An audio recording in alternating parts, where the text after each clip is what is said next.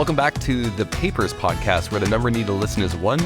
As always, I have with me Lara. Hi, everybody. Linda. Hey there.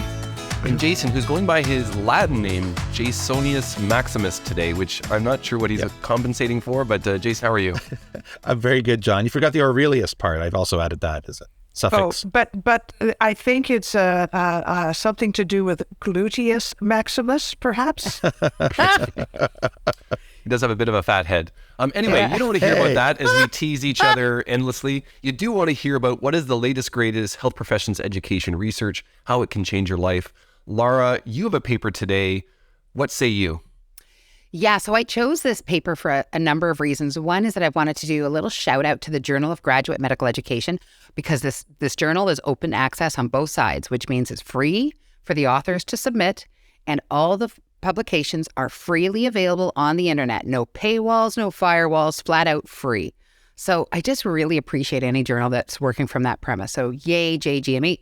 I also picked this paper because I really like studies that look at the underbelly of things, the unintended consequences of policies, of the curricula, the innovations that we implement. And so this study is a hard look at the unintended consequences of CBME, which of course is a hot topic for many people. And it's hot around this mic because I'm sitting here with 3 of the pioneers of CBME. So before we dive into the paper, I thought I'd ask you about some of the unintended consequences you've seen of CBME. Now, they could be good unintended consequences, just things that came with it, or they could be problematic. I think that pendulum swings both ways. So when you all developed CBME, you had a goal, you had a vision. What are some of the things that happened that maybe you couldn't have predicted? Let's go, Jason, Linda, John. I don't think you should let me go first because I'm heavily immersed in the specific CBME program that this paper is about. Maybe I'll give you a little taste, foreshadowing that our findings were heterogeneous all the way through the first 10 years of studies about this. And this paper adds to that conversation in a really important way. But let me give you a little tiny morsel that you won't find published. Couple of things that were unintended consequences on the good side. One was it led to a bunch of publications like this one. It led to people choosing med-ed as a career. It led to chief residents who are champions of a new change becoming program directors early in their career. So all kinds of things that we didn't expect and didn't intend. Right. Linda. Jason, can you say that there is a linear cause and effect with some of those things? I see you shaking your head. No, I agree with you. There probably is some link, but I can't say there's a cause and effect. I agree with you on those, and also residents can see in theory how this is supposed to work and how this is supposed to improve their learning. In practice, for the attending's point of view and the supervisors, the challenge has been finding the time to do assessment properly. When it's done properly, it is fabulous. But it has been a burden not only on the trainees, but on the attendings. And some of that has led to wellness issues for the trainees. Mm-hmm. So my take is, maybe this is a little bit of self-promotion here. We did some scholarship around the tensions in CBME in Canada. So it's very Canadian specific. And so if you're outside of Canada, you might not be too concerned about this bun fight that we're having internally. Although, as we're going to discover, this is a conversation I think that spans across geographic boundaries. The findings from our paper that we published in Advances in Health Sciences in 2021 were that people were using the common terms, but had assumptions about what those terms meant underneath it. And so people are actually talking across and past each other using language that on the superficial level felt to be the same. But when you dug into, what do you mean by competence? What do you mean by progression? What do you mean by a systematic or programmatic assessment? What does that look like, and how are you experiencing? What are the assumptions that you have? There was not a common starting place. So there's no tabula rasa for CBME, and that's problematic. Our analogy, of course, is that CBME is much like an educational bundle. So in clinical care, we see clinical bundles for clinicians who look after acutely ill patients. The management of sepsis is a classic example. And so we use that analogy in this paper that CBME is not a single intervention. It's not one type of thing that's going to move it. It is nested intercalated multiple interventions under one giant bundle. And so this educational bundle has places where it moves things forward, and where it falls apart, it has unintended consequences like every educational intervention. And then unpacking what's working, what's not working, well, that's a bit of a Gordian knot. And I've made too many analogies in one sentence. So I'm going to stop right there. I'm glad you did, because I'm still back on bun fight. Because my dad calls, when you go to those fancy gala dinners, for him, that's a special category of event called bun fight. And so when you said that as you're having a bun fight, you can't imagine. I got like Jason in a gown, and I don't know. Anyway. I want to hang out with your dad, I think, is what I really want to do. I like you, but I think I would like your dad even more. So the unintended consequences of CBME that this particular paper looks at is the assessment burden that residents have had to bear with the increased volume of formative assessments. The study looks to develop a contextual understanding of that burden, of how it emerges and how it functions. And they're looking at it within one approach to CBME called competency by design. So to do that, our authors engaged in a constructivist grounded theory study. And it just occurred to me, I've yet to tell you the name of this paper or the authors.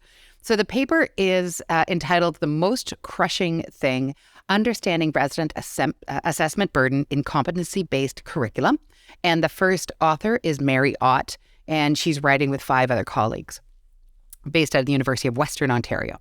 So, constructivist grounded theory study in a Department of Surgery and Anesthesia in Canadian Teaching Hospital. They began by interviewing 11 residents in the local context. They analyzed those data, developed a typology of assessment burdens experienced by residents. Now, they questioned if those burdens were specific to the local context or if they were systematic issues associated with CBD. So, to delve into that, they cleverly, I'll say, sought participation from residents outside of the local context, but in similar specialties. They interviewed 12 participants from Canadian teaching hospitals outside of their local context. And using constant comparison, they found that the typology of assessment burdens was consistent both externally and internally. Their analysis revealed that the residents associated their assessment experiences with stress or anxiety. Now, before I get into results, I want to say a few things about how they use theory in this study, in this particular set of methods, because it's really artfully done. To understand their findings more deeply, the research team turned to self-determination theory. So, quick aside, thumbnail sketch, self-determination theory, just in case some listeners aren't familiar. What you need to know is that self-determination theory is a theory that is about human motivation and personality in social contexts. It comes from social psychology, and it's based on the assumption that individuals are inherently active, intrinsically motivated, and are oriented towards developing naturally, towards evolving. This is inherent in each of us. Okay, well, if you're Jason who's just back from vacation, or John, then maybe you found that you're not inherently active or developing naturally. But wait a second. Hey, I can't throw stones. I live in the same glass house, so it's okay. Anyway, the point in the theory that these authors draw on is that self-determination theory states that we all, like universally, have 3 psychological needs: the need for competence, the need for autonomy, and the need for relatedness. Now, what's important here is that when these three needs are not met, research shows that individuals' well-being and their performance suffers. So, given that this is a constructivist study, the authors use that theory to inform their analysis. And then, one more point about the methods before we go on. They have a very nicely developed reflexivity statement in there as well. So why don't you all tell me what you think of these methods? Let's go John, Jason, Linda. I had one concern, and I want to get into it in a second. I wouldn't say it was a really well-developed reflexivity statement. I felt it was more demographic in nature. I'm not going to say it's terrible, but I didn't think it was anything impressive. And I never talk about reflexivity because I know everybody always loves to jump on that. But when you said it was really well developed, I thought, oh, that's kind of felt demographic. That's quite good. You could be wrong on this. It's okay. I don't mind. All right. I won't fight you on this one. Here's the part I always find interestingly, and I've been practicing all day so I can say it. When they did their purposive sampling, I did it, listener. It's actually purposive. Don't do that. No, you said it wrong. Yeah. So they find 11 residents that are in a whole bunch of different surgical training programs and anesthesia, at one center. And then they go to Twitter, the Twitter, as presumably the Twitter pre-Elon, and say, does anybody else want to jump in on this? And that leads to an additional 10 residents from additional 5 different centers, all within surgery, all those types of surgery, which I would argue that probably obstetrics is a very different phenomenon than neurosurgery, and anesthesia. And so now you have 21, which kind of feels like, all right, you have a sample that might get to a theoretical sufficiency. But if we're talking about the experience of assessment and you're having 1 or 2 residents who may not even be in the same program from a site, I'm not sure if you ever get the richness of the data that you would expect. And so I find it a little unusual, and I'm happy to, I know you're giving me that stink eye there, Varpio, but I'm happy to say, I don't know if that makes sense to me. And I would not say that I'm an expert in qual methods or CGT, but when I look at that, it seems to violate some of the principles, which is you get a richness in context. And I don't think you're getting a richness in context when you have 1 or 2 people representing an entire program.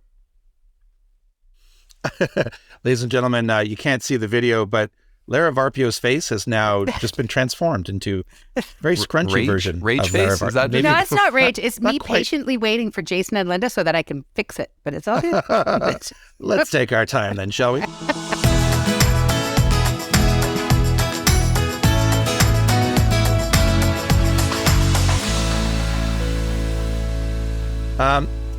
I actually agree with John about the reflexivity section. There is a reflexivity section, but it's very mechanical. It's almost positivist and it's You shut the front door. Now I'm going to absolutely. interrupt It's you like- guys because you're wrong. It says this author did this and this author did that and this person is qualified in that. That's not a reflexivity statement, but anyway, it exists. How about the statement? Our backgrounds have inherent affordances and limitations for our ways of seeing.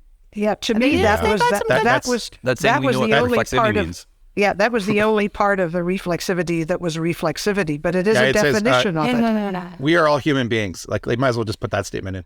Anyway, so let's move on to something really more important. Actually, I'm not as critical of this as John is. I do think this is delving into a socially constructed phenomenon, and that's legit. I get what John is pointing out. I am a bit worried about gathering a bunch of people who are come with a certain point of view, and they've gathered them all and studied them, and that is a potential weakness of the study. No, now I'm jumping in. That is the point of finding out that perspective, right? So they first started locally to get a sense of what concerns were. Yeah. And then they went externally to see if they were shared by others. In fact, that, to see, because now I have to jump on John too. The fact that it's so diverse is part of the power of the work. Well, It's not diverse in the sense that you have a rich sample from another center to add to the experience that you're having at your primary center. You have one voice from a different center. That doesn't make... Yes, but that makes multiple different... Go ahead, So Linda. let me just finish my statement, okay? So there are some educational interventions that are controversial, more controversial than others. And this is one of them. This is a controversial intervention. At the time of the study, there was a lot of energy and tension. It was in the middle of the pandemic, and people were stressed. And this is an important study. I'm endorsing that because it helps us understand what was going on. However, there is a fundamental risk in the way the study was sampling that allows for a certain point of view. And so I agree with John that maybe the richness is missing. It certainly doesn't correlate with other studies that we have available. It'd be very interesting if they purposefully had recruited people that had a positive experience or were endorsing it in a positive way. My guess is that when you put on Twitter who hates or finds it problematic, they probably didn't say who hates, but who is having challenges or what's your experience with or who wants to talk about this? You're going to get the people that are Angry dissatisfied. people. Yeah. Linda, do you want to jump in and help me correct these two, or what are your thoughts? One of the problems is that these guys have talked so much that they've taken a number of my talking points. However, having said that, I would say when you look at sampling, it's a question of whether you want breadth or depth. And they went for breadth rather than depth.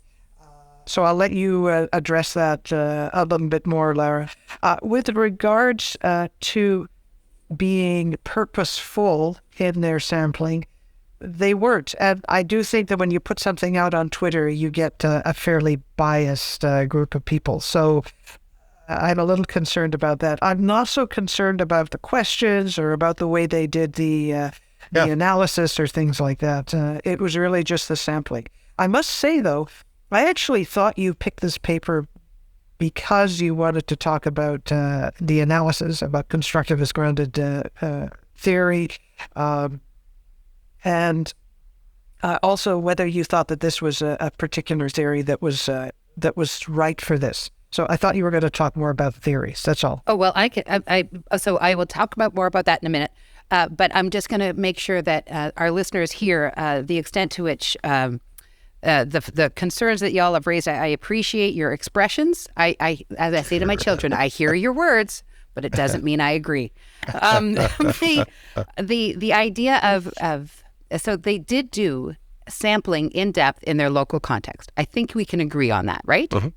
Right. So the typology they developed and the major theme that they saw that these burdens were having negative impact was a phenomenon that they then wanted to test to see if it held outside. Now, they didn't seek to see if it held everywhere with everyone broadly. What they wanted to know was that, is this an us thing, or is this also outside of us? Is this a local context issue, or can we say this is more broadly applicable? And so by going to Twitter and asking others, you're not asking them for their the average person. What you're basically trying to do is ask, is this something you see too in your experiences? And what they do then is say that by doing so, they do two things. One is make very clear that this is not a local issue, right? We can agree on that? You can't just nod. You have to say yes. Yep. Yeah. Yep. Mm-mm. Oh, you can't. And this is not a court of law where you're trying to cross-examine me with yes or no in questions. What's going on today? No, I like this paper. And the other thing with the broad sampling, then what they've done is establish that this experience is sufficiently common, that it's something that is probably worthy of attention in other spaces. This is the ground paper for other schools to say, oh, maybe we should check in on this too. Yes. Okay. I agree with your second point. Oh, I'm glad. I would have preferred, I agree with you occasionally. I would have preferred that they reached out through program directors, through programs, through professional societies, and not on social media. Social media attracts a certain point of view and a certain population. And I think that was problematic in the study. But either way, I do agree with your second point, which is the value of this paper. So maybe we should move on and just accept that John's right. I'm happy to move on. So we could talk about the Twitter issue another day, because we should talk about that, because I got opinions on that too. But anyway, the interesting thing that they did with their results, and which I think is really artfully done, is that they use social determination theory to help understand. So they had these 9 different assessment burdens. But what they wanted to do was understand them more deeply. And to do that, they looked at those 9 burdens through the lens of social determination theory. And you'll remember those competencies, or those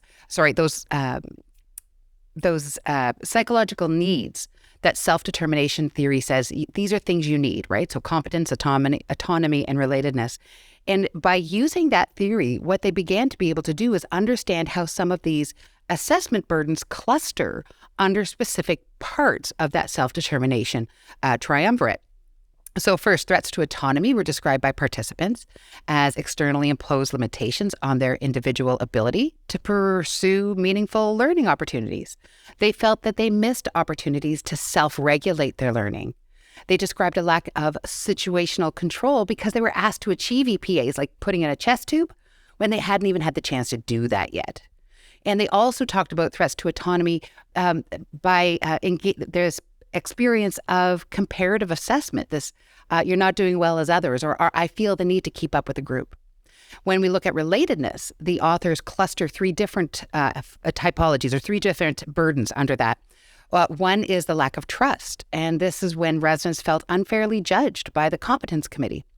They second described the need for constant assessment that was problematized by a lack of time and energy in the clinical context. Asking for multiple assessments put a strain on the relationships that the residents had with their clinical teachers. And finally, stress was caused by a lack of connection with the assessors. So getting assessments from people who aren't connected to you was, they perceived that and felt that as a real burden. And then finally, we have to look at competence. Residents described the stress of unclear assessments in the way that the EPAs were communicated to them. No, that's an important piece in my mind. It's not about how the assessors understood the EPAs. It's how the EPAs were described to the learners. And so they were confusing and they weren't sufficiently described in those documents. They also described the burden of unrealistic expectations of being asked to do things that were usually the purview of someone more senior. And they described, as a communication specialist, one of the things I find really interesting about the study, the form itself of the way the feedback was given was a problem. In the moment, for instance, of surgical training, an assessment might give very specific, very relevant information. But when feedback came from a form that was delivered afterwards, the information was more general. It was less informative. It was less relevant about what exactly should I do. And the last point to make about these data that the authors stress is that since these needs are interrelated, so they underline that you shouldn't think of them as three separate problems or three separate areas. They compound. So if the resident felt the burden to continuously ask for EPA assessments, and that's a relatedness threat, it could also have a compounding impact on their competence if the assessment was vague and lacked clarity. So I'm not going to go very deep into the discussion. Just 2 points. The authors argue that assessment burdens were emerged and were tied to unmet psychological needs, and they acted as threats to the well-being and the competence of the residents. The authors don't leave it there, though. They offer clear descriptions of how relatedness, competence, and autonomy can be supported with coaching, assessment for learning, and enabling self-regulation. So they have some tips and some ideas for the reader. Before I ask y'all for your thoughts, I'm gonna finish off with a couple of 2 sentences from one of their closing paragraphs, right? So the authors state, and I quote, "An approach to entrustment by numbers in competency by design has placed undue stress on residents, replacing an ethos of support for the development of competence with a surveillance system based on performative metrics. We must address the challenges of assessment burdens in CBD comprehensively because competence and well-being of learners is at stake." End of quote. Oh, what a great sentence. Yeah. Anyway, So what do you all have to say? Let's go, Linda, Jason, John. So the part of this paper I liked the most was the last bit. Well, first of all, it was dividing things up into that trio or triumvirate, as Jasonius Maximus would say, but then going back to it and saying, here are some practical things that you, program director, teacher, and resident, can do to support things. So to me, that was the best part of the paper. I love the findings of this paper. Like, what a service they provided all of us by giving us some insights into sites where the trainees were stressed. And like, instead of just saying something's not working, when an innovation rolls out, this one opened that box, and that is such a value. And that is the power of CGT, and that's the power of bringing in a theory to help us understand it. So they get like full on high marks from me for that insight. I actually found this useful when it came out. This was a top paper at ICRE 2021. And I congratulated Marriott when she presented this. I thought it was super useful. We're going to talk in a few minutes about the implications of these kinds of findings, I hope. So first, these findings ring true. I've helped some local faculty publish work around obstetrics and gynecology surgery trainees that have similar findings. And so they would link and probably intercalate quite nicely. I do want to redline what you said before, Lara, about the use of theory. It's kind of unusual to see a CGT study where they actually organize their themes by theory, but it works so well here. It's elegant. It's beautiful. And the way they present it in their figures, I love it. I would love to see that in the future. So, reader, if you have the time, go look at this up just as a way, if you're going to present your findings, they have a nice way of presenting it as a figure rather than as written text.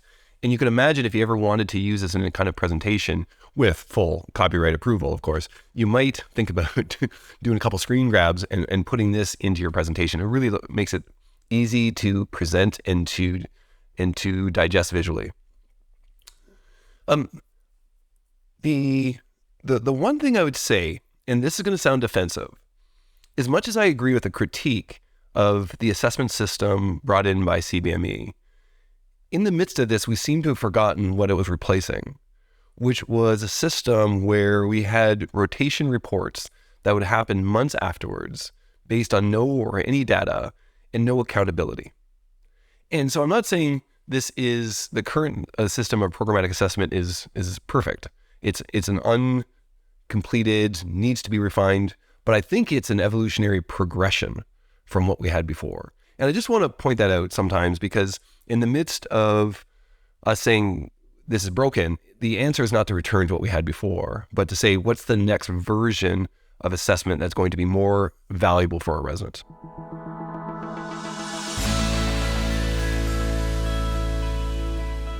I highly encourage our listeners then to go and find the paper and have a conversation about it locally. There's lots of additional pieces that we didn't have time to get into today. So with that said, I'm going to transition us to our round of voting. If we turn to our deeply untrustworthy scoring system that we randomly generated numbers to reflect the criteria that nobody clarified. I know. We're going to start with methods. I think your depot injections are wearing off. So if we talk first about methods, 1 to 5, John, Linda, Jason. I'm going to give it a 3. I just have the concern about how they purposefully sampled, and you've heard it all before. I don't think you have to throw the baby out with the bathwater because of it, but it's a point that I want to flag. I think it's 4 for the same reasons. I'm less concerned about that. Yeah, I think it's a 4 also for the same reasons. Also, I think that their explanations of the methodology and their analysis and that was very well done, which is why it moved it up a little bit for me. Yeah. So I'm going to give it a 4, but it also gets my bonus mark for having told me explicitly the paradigmatic orientation, which is constructivist. So this then gets a 5, which happens when the grading criteria mean nothing. We've talked about this many times. You argue about the rules being artificial, and then you make up your own rules. Why wouldn't I? I just made it up. Educational impact. Let's go backwards. John, Linda, Jason. Or what we like to say is forwards, because I started last time. I'm not sure where to give this one.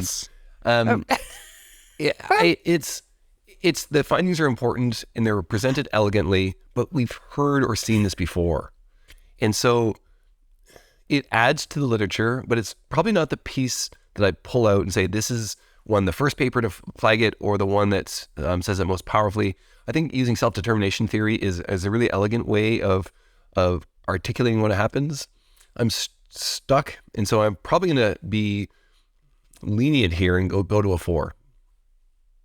I'm going to give this a 5 because I think it is an important paper, and I agree with John. It may not be the first that said A or done B or said C, but the fact is it puts it all together. It puts it all together in a very articulate way, and it's something that you can use, and particularly you can show to trainees. In fact, I did show this one to a trainee to say, this is a nice model of how you might want to write this type of paper. It also gets a 5 because I love the diagrams. Jason. All right. I think this is a great paper. I'm going to recommend this to readers. I think we should, if you care about workplace-based assessment, if you're curious about CBME, and everybody who listens to this podcast is involved in implementations, this is a key paper for that, but I'm going to give it a 4. I think this paper tells one part of that story. It provides a few pixels, and it doesn't provide all of it. It's almost like a prelude to the paper that won top paper at ICRE 22, which is Yusang On's work. It's not in print yet. And he interviewed residents from a variety of specialties and got a bimodal sort of set of themes where, what predicted residents who were happy with their CBME assessment system, what was associated with unhappy. This is the unhappy side. This is a really important paper. It opens that box. It gives us information. It gives us one part of the story, and it's an important part of the story. Any implementation that you put out there is going to be heterogeneous if you have multiple sites, and this unpacks the sites where it's not working right. So I'm going to give this paper 4 with the bonus grade of 1 because it gets 4 because I agree with everything y'all said. So it's a solid 4. I'm giving it a bonus grade of 1 to make it a 5 because it also is a really nice articulation of how you use theory in constructivist grounded theory to inform the research, to enable the research to have more impact and to be more useful than it would have been without the theory. What I would like to encourage you all just to think about for a sec, what if there had been no theory in this paper? Wouldn't be as good. It would have been a very, this is a typology. Here are 9 categories of things. Here we organize like with like. If the theory does something really important in this paper. So for me, it's a 5. And so with that said, dear listeners, we want to thank you for joining us yet again. But before we do that, John is waving because he would like to interrupt. I just figured out what happened. No. I figured out why you have all these bonus scores. I figured why everything's going sideways today. Today is Friday the 13th. Boom. This is what it is. Friday the 13th. So when I do it next time, I'm just saying. It's because I don't adhere to the boxes that you've constructed. I just working outside that. Anyway, dear friends, thank you so much for joining us here on the Papers Podcast. We're so glad that you're here with us, and we are looking forward to continuing this conversation with you, not only in this podcast, but in so many other ways to come. More on that later. And so with that, everyone, I'll say talk to you later. Bye-bye. Thanks for listening. You've been listening to the Papers Podcast. We hope we made you just slightly smarter. The podcast is a production of the Unit for Teaching and Learning at the Karolinska Institutet. The executive producer today was my friend Teresa Sörö. The technical producer today was Samuel Lundberg. You can learn more about the Papers Podcast and contact us at www.thepaperspodcast.com. Thank you for listening, everybody, and thank you for all you do. Take care.